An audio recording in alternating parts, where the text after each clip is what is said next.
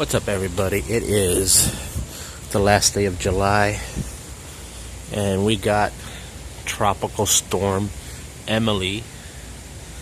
It's actually up in Tampa, but we're getting the effects down here. And here comes the nasty weather. See how dark the clouds look. It's about to come down. The wind started to pick up.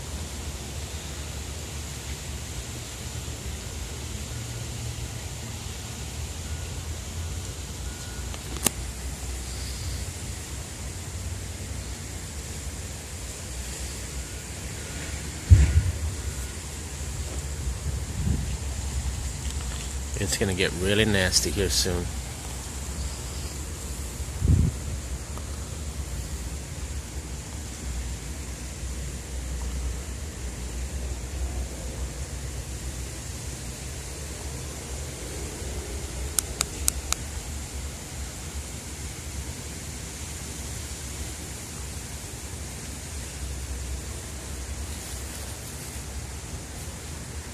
We'll see how it is shortly.